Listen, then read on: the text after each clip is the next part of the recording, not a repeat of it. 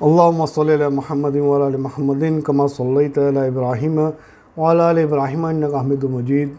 अल्लाहुम्मा बारिक अला मुहम्मदिन व अला आलि मुहम्मदिन कमा बारकता अला इब्राहीम व अला आलि इब्राहीम इन्नका हमीदुम मजीद। सीरतुन नबीना दर्शમાં આપણે ચાલી રહ્યા છીએ।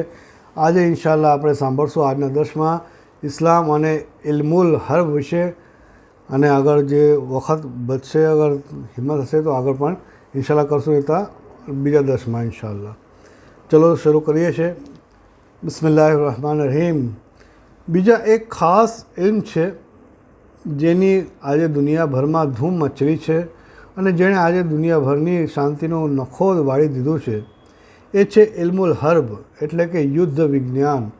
સાયન્સ અને ટેકનોલોજીના જરીએ આજે આર્મી લોકોએ કઈ રીતના રોકેટોને, લોન્ચોને, કેટલા બધા નામ આવે છે આપણે જાણીએ છીએ, એની વિશે જ વાત ચાલે છે।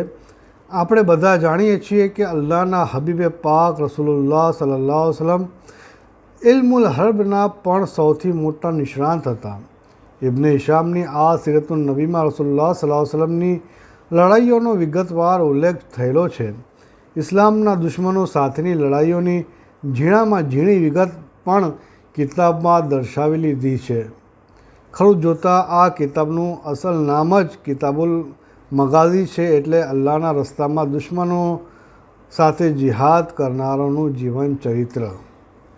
આ કિતાબ વાંચનથી આપને માલુમ પડશે કે ઇસ્લામના ખૂંખાર દુશ્મનો અને લોહી તરસ્યા ત્રાસવાદીઓ વારંવાર ધસીને મદીના પર ચડી આવતા હતા કે જેથી ઇસ્લામના જન્નતી છોડને જળ મૂળથી ઉખેડીને ફેંકી દે, પરંતુ રસૂલુલ્લાહ સલ્લલ્લાહુ અલૈહિ વસલ્લમની હિકમતભરી લડાયક તદબીરો અને લાજવાબ જંગી ચાલો આગળ તેઓનું કંઈ ચાલ્યું ન હતું। ત્રાસવાદી દુશ્મનો સામે કેવી તદબીરો અને કેવી ચાલોથી કામ લેવું તેનું જ્ઞાન અલ્લાહ તરફથી આપને મળતું હતું। સામે બે જમાતો હતી। એક જમાતનું નામ હિઝબુલ્લાહ એટલે અલ્લાહની જમાત, અને બીજી જમાતનું નામ હિઝબુશ શૈતાન હતું એટલે શૈતાનની જમાત। કુરાનમાં બંને જમાતોનું બયાન થયેલું છે અને અલ્લાહ તાલાએ ફરમાવી દીધું છે કે હિઝબુલ્લાહ પર હિઝબુશ શૈતાન કદી ફાવી શકતી નથી। કામયાબી છેવટે હિઝબુલ્લાહના જ કદમ ચૂમે છે। રસૂલુલ્લાહ સલ્લલ્લાહુ અલૈહિ વસલ્લમની એ જ જંગી તદબીરો અને હિકમતભરી ચાલોની બરકત હતી કે વારંવારની ખૂંખાર લડાઈઓ છતાં બંને પક્ષે ઓછામાં ઓછું લોહી રેડાયું। ફતેહ મક્કાની વિગતો વાંચશો તો ઓર બી તાજ્જુબમાં પડી જશો। જન્મના ખૂંખાર ત્રાસવાદીઓ ખાને કાબાના વિશાળ ચોકમાં મસ્તકો નમાવીને ઊભેલા છે અને મૃત્યુનું ડરથી થરથર કાપી રહ્યા છે। અચાનક સન્નાટો અને ચીરતો સ્વર સંભળાય છે, યા માશર કુરૈશ એટલે કુરૈશની જમાત, તમે શું ધારો છો કે આજે હું તમારી સાથે કેવી વર્તાવ કરીશ? અખૂન કરીમ તબનું અખૂન કરીમ। આશા નિરાશા વચ્ચે ઝોલા ખાતા કુરૈશ જવાબ આપ્યો કે આપ અમારા દયાળુ શરીફ ભાઈ છો અને શરીફ ભાઈના બેટા છો। ઇઝહાબુ અંતુમુલ તુલકા, अब જાઓ અમે માટે જાઓ, તમે બધા આજે આઝાદ છો। લા તસરીબ અલૈકુમુલ યૌમ, આજે તમારા માટે ડર કે ઠપકા જેવું કંઈ નથી। શાનદાર ફતેહ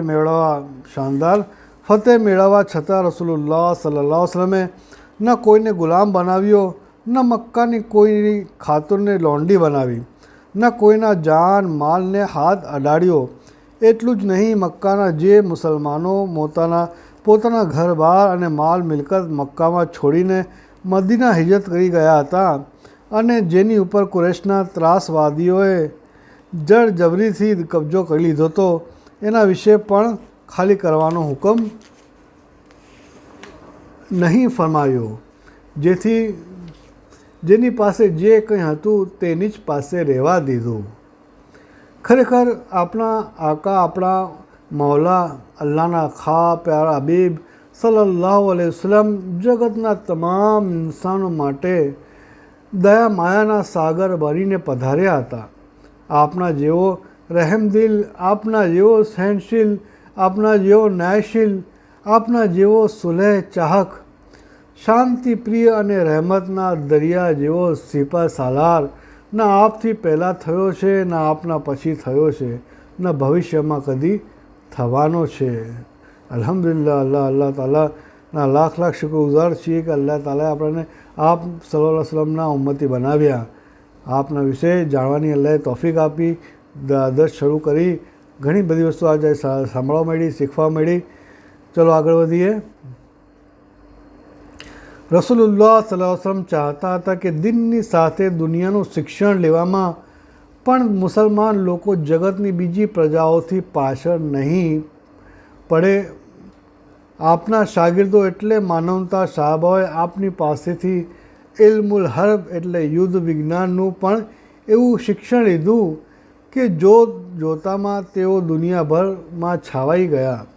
ઇસ્લામી લશ્કરે મુલ્કો પર મુલ્કો ફતેહ કરી લીધા. ઈરાન અને રોમ જેવા બળવાન સામ્રાજ્યના ઘમંડી શહેનશાહોના મગજમાંથી તુમાખીનો ધુમાડો કાઢી નાખ્યો અને ત્યાંની ગુલામીની જંજીરોમાં જકડાયેલી પ્રજાને ગુલામીની લાનતથી આઝાદ કરાવી દીધી. રસૂલુલ્લાહ સલ્લલ્લાહુ અલૈહિ વસલ્લમને ના છૂટકે ઇસ્લામના દુશ્મનો સાથે જેટલી લડાઈઓ લડવી પડી એ બધી લડાઈઓનો કુરાનની ભાષામાં જિહાદ કહેવાય છે. મુસલમાનો પર જેવી રીતે નમાઝ, રોઝા, હજ, ઝકાત ફરજ છે, તેવી જ રીતે ઇસ્લામના દુશ્મનો સાથે જિહાદ કરવો પણ મુસલમાનો પર ફરજ છે.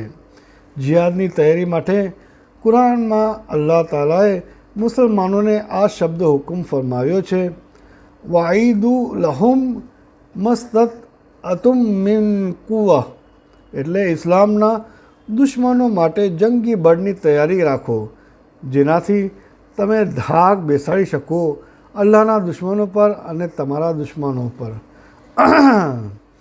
અલ્લાહના રાહમાં એટલે જિહાદમાં કતલ થનાર મુસલમાન શહીદ કહેવાય છે અને તે કાયમ માટે જન્નતનો હકદાર થઈ જાય છે.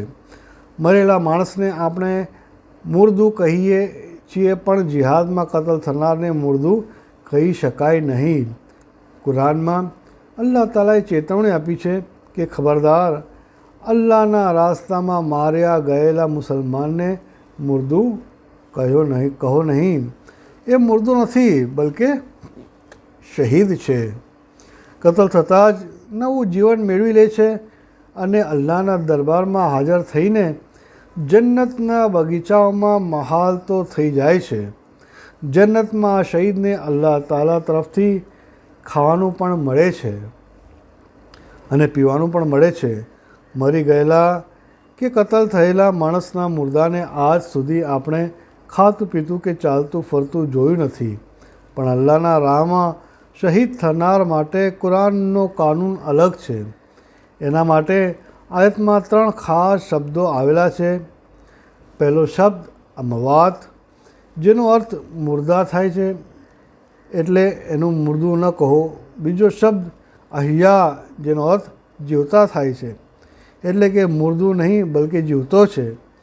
ત્રીજો શબ્દ યુરઝકૂન, જેનો અર્થ એને ખાવા પીવાનું કે રોજી પહોંચાડવામાં આવે છે. અલ્હમ્દુલિલ્લાહ. અલ્લાહ તાલાએ આજના દર્શમાં આપણને ઘણી બધી વસ્તુ સમજાવી દીધી છે. ઇન્શાઅલ્લાહ હુઝુર પાક સલ્લલ્લાહુ અલૈહિ વસલ્લમની મક્કી જિંદગી અને મદની જિંદગી વિશેથી કાલના દર્શમાં આપણે સાંભળશું. અલ્લાહની તૌફીકથી.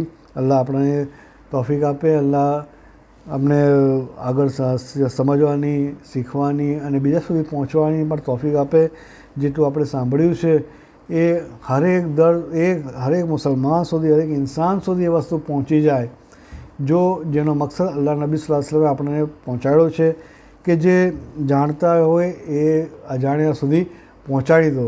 આ મકસદથી જ આ દર્શ શરૂ કર્યો છે કે આપ સલ્લલ્લાહુ અલૈહિ વસલ્લમ જિંદગી મુજબ આપણે પૂરી જિંદગી સાંભળીએ, સમજીએ, શીખીએ અને એના ઉપર ગુજારીને મરણ તો થવાનું છે, તો આપણે મરતી વખતે પણ અલ્લાહ નબી સલ્લલ્લાહુ અલૈહિ વસલ્લમની ઉમ્મતી બનીને જ ઈમાન સાથે દુનિયાથી જઈએ.